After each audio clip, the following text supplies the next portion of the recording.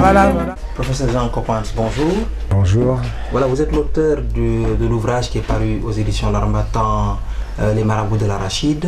Est-ce que vous pouvez nous dire qu'est-ce que vous avez voulu montrer à travers cet ouvrage-là? Bah écoutez, c'est un très vieux texte parce que c'est le texte remanié et édité de ma thèse de 3e cycle. Et donc j'ai fait du terrain, le terrain qui a donné lieu à la thèse a été conduit entre 1967 et 1969. Pour rester dans la confrérie, c'était du temps du Khalife général Serigne Fallilou Mbacké. Et puis j'ai soutenu la thèse en 1973 parce que j'étais un peu lent pour écrire la thèse, parce que j'avais déjà publié dans le cadre de l'Orstom, aujourd'hui l'IRD, j'avais participé à un ouvrage collectif, puisque mon enquête de doctorat était dans le cadre d'une enquête collective avec d'autres chercheurs de l'Orstom, donc de l'IRD de l'époque, économistes, psychologues et tout. Et on avait sorti dès 72 ou 71 un ouvrage collectif dans lequel moi j'avais 3 ou 4 articles où il y avait l'essentiel de ma thèse sur le travail agricole, l'implication des talibés par rapport à leurs marabouts, etc. Et donc la thèse a été soutenue en 73, et puis pour des tas de raisons que je peux expliquer, mais je vais aller vite, c'est sorti, l'ouvrage, le texte est sorti en thèse, mais j'en ai coupé à peu près la moitié, et donc l'ouvrage est bien plus petit que la thèse, en 1980. Et c'est sorti chez un éditeur qui n'a duré que quelques années en France, qui s'appelait le Sycomore. Et le Sycomore était une entreprise qui a fait faillite. C'est une entreprise d'origine libanaise, enfin bon, je ne rentre pas dans les détails. Et donc l'ouvrage était peut-être pas épuisé, mais on avait saisi les biens de l'éditeur. Vous savez comment ça se passe quand il y a une faillite. Et donc mon ouvrage était introuvable. Et alors je reviendrai sur sa notoriété. Et donc quelques années après, Denis Prien m'a contacté en me demandant si je ne voulais pas le rééditer chez eux. Alors je l'ai réédité.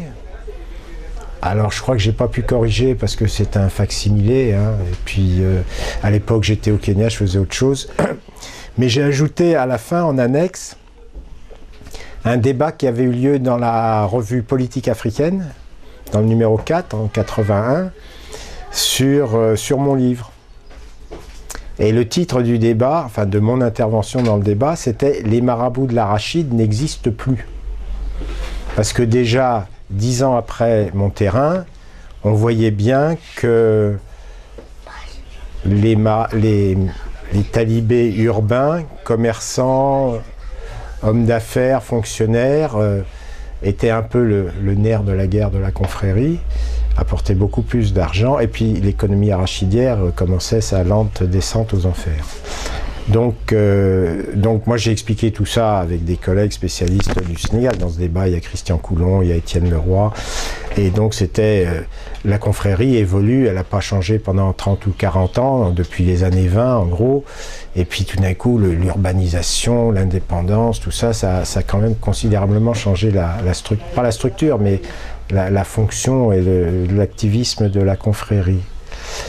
Et puis ensuite, je me suis intéressé à d'autres sujets, donc j'ai un peu quitté la confrérie, sauf que je me suis intéressé quand même un peu au milieu ouvrier, enfin même beaucoup, en général en Afrique, et en particulier au Sénégal. Donc j'ai des étudiants qui ont travaillé sur les syndicats, le rôle des mourides dans les syndicats, etc. Et puis ensuite, je me suis intéressé aux entrepreneurs, parce qu'il semblait, après avoir lu le livre de M.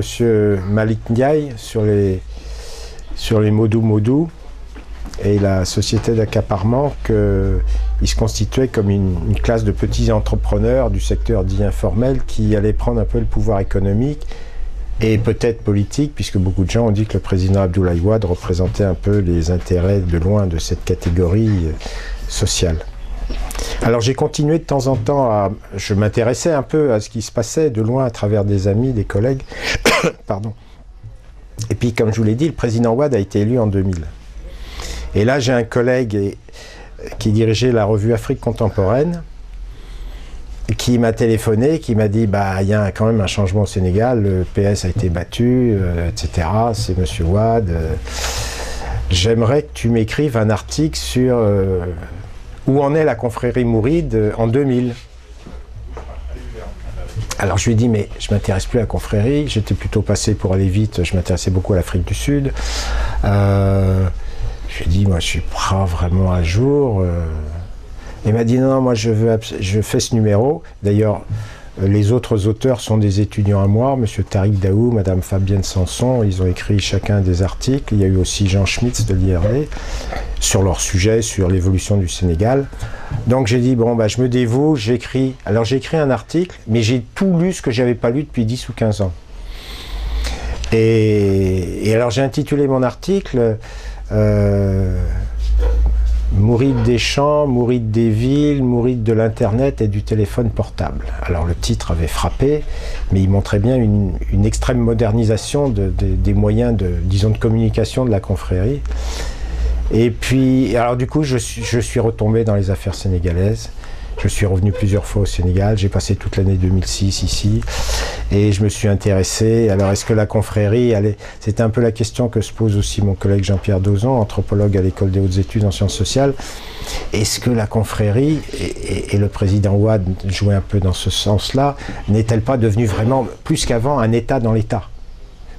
Et puis avec toutes les histoires d'islamisme et tout, il y avait des bruits qui couraient, est-ce qu'elle ne va pas prendre le pouvoir? Alors moi je fais partie de ceux qui depuis 30 ans pensent que les confréries sont en gros très tranquilles dans leur rapport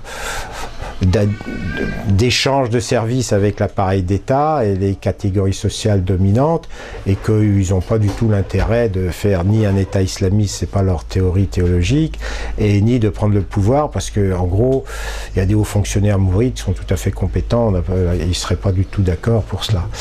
Et donc j'écris encore un ou deux articles sur la question, donc je suis resté dans les affaires de la mouridéologie. Alors la question que vous m'avez posée tout à l'heure, je ne suis pas vraiment un mouridologue parce que d'une part je travaille sur plein d'autres sujets, je ne suis pas assez compétent en études de l'islam, je n'ai pas refait d'enquête vraiment de terrain, c'est des lectures, des contacts, mais il y a beaucoup de gens qui travaillent sur l'islam en Afrique de l'Ouest, depuis l'Europe, mais aussi depuis le Sénégal.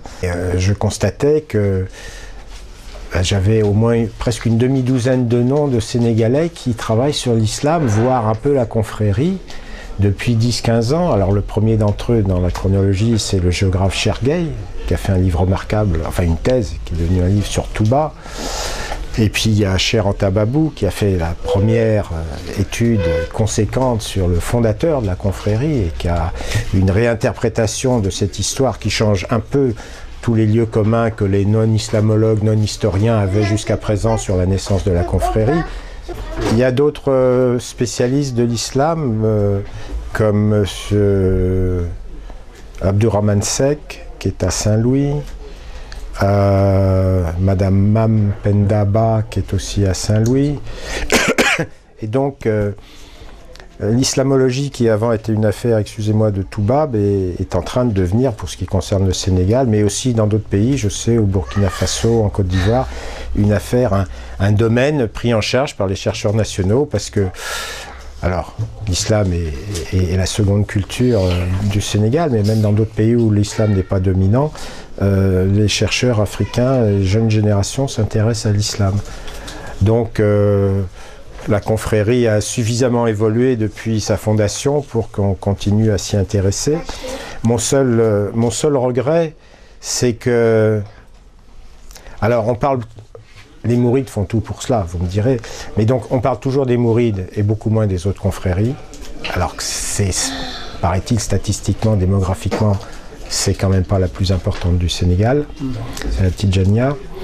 Et puis, il y a plein d'autres groupes et d'associations. Et les confréries sont en proie à des conflits internes avec toutes sortes de descendants des 4e ou 5e générations qui veulent faire de la politique, etc. Hein.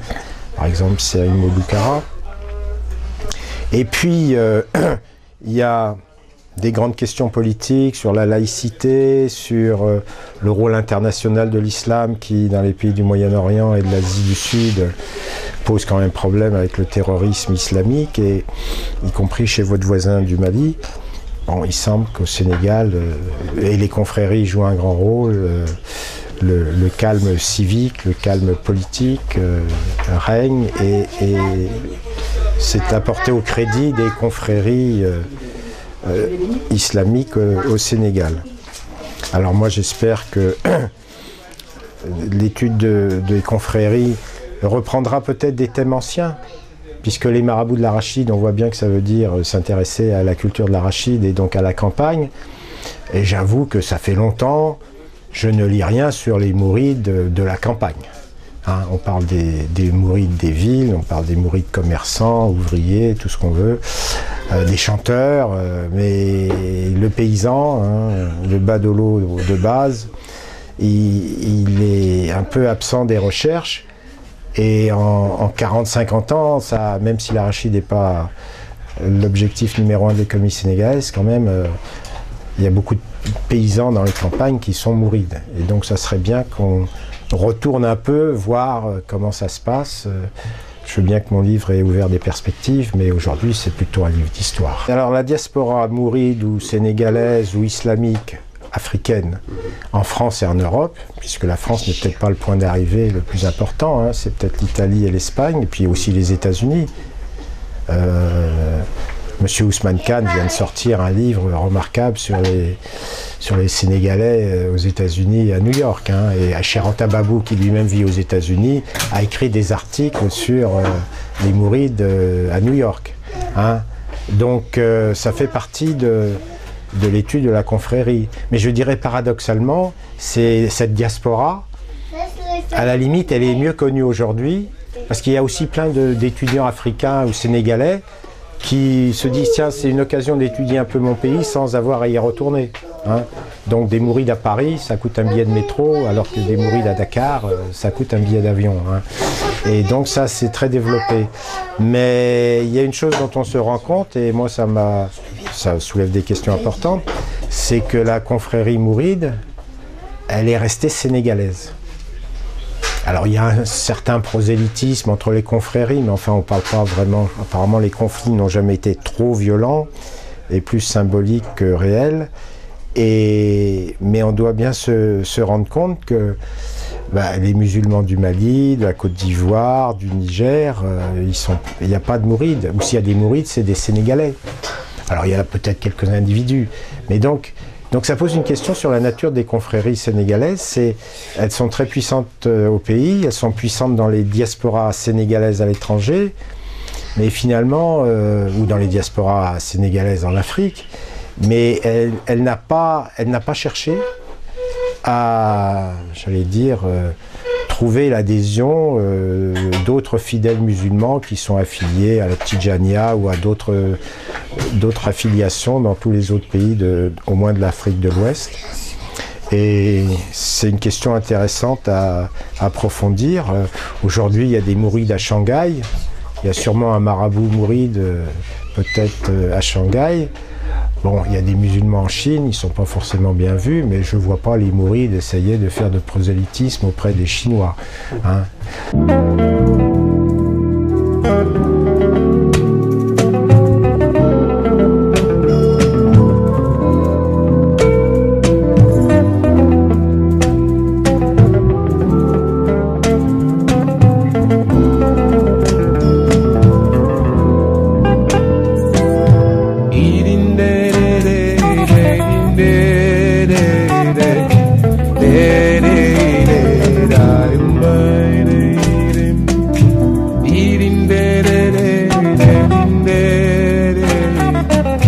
da ba da ba da ba da ba da